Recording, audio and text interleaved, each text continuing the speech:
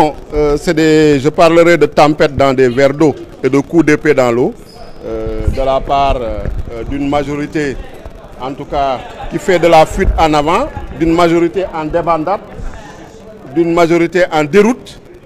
Donc l'actuelle opposition, la majorité parlementaire, donc du groupe parlementaire Benno Bokk Yakaar, qui a manigancé avec la complicité du président de l'Assemblée nationale un scénario pitoyable.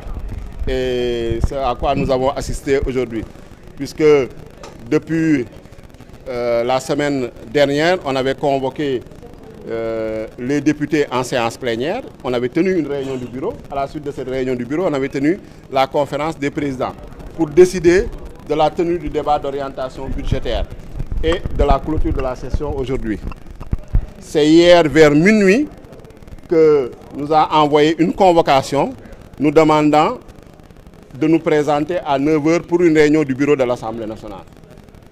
Donc en républicain, on s'est présenté à 9h. La convocation, le seul ordre du jour était mis information. On s'est présenté en tant que républicain à 9h dans la salle pour la réunion et on a attendu jusqu'à 10h avant que le président ne vienne daigner démarrer la réunion, sans s'excuser d'ailleurs.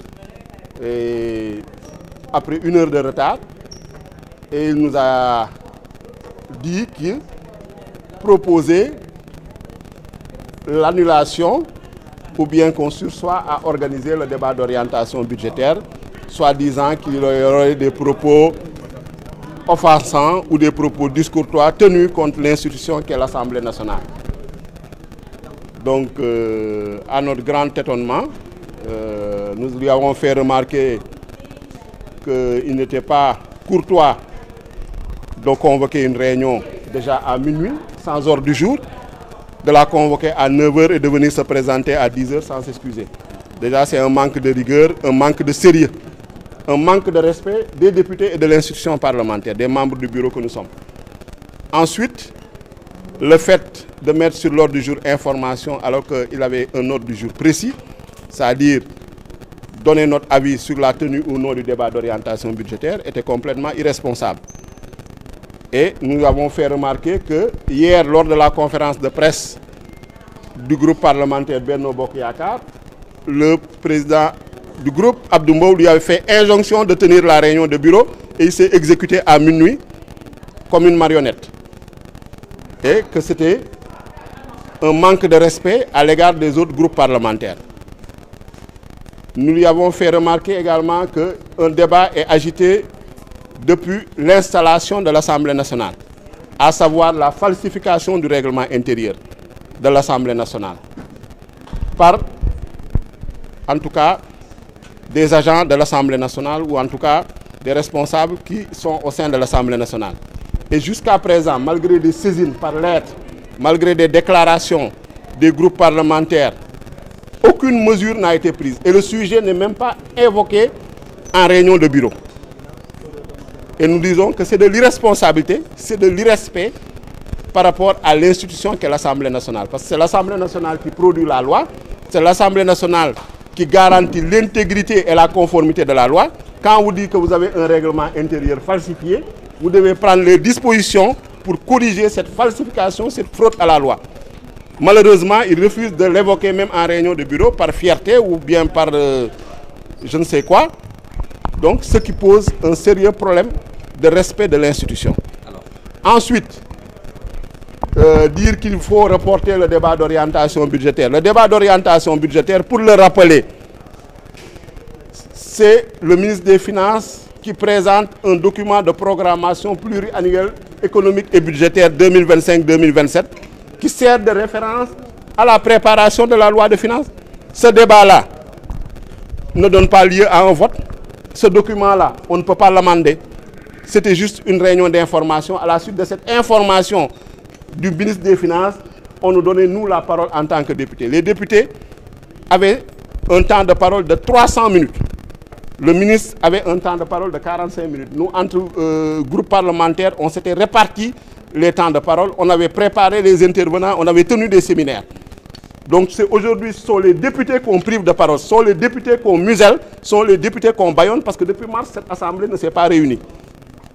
Donc c'est une Assemblée nationale paresseuse, c'est une Assemblée nationale amorphe, c'est une Assemblée nationale dans la léthargie, parce que le gouvernement est en train de dérouler son programme de travail. Comment on peut donner 20 milliards à une institution?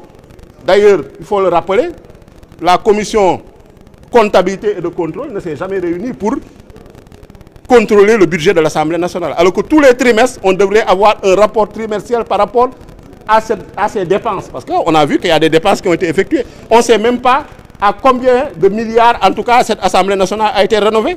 Et on nous parle de transparence, on nous parle de reddition de comptes. De qui se moque-t-on? Honorable, quelle suite vous donnez à l'annulation de ce... Il n'y aura aucune suite, c'est une tempête dans un verre d'eau, c'est un coup d'épée dans l'eau. Ce débat d'orientation budgétaire, en tout cas, était à l'intention des députés et du peuple sénégalais pour les informer des orientations économiques et budgétaires du gouvernement. Le gouvernement va poursuivre son travail. Ce débat ne donne lieu à aucun vote, à aucun amendement. Le gouvernement s'est présenté.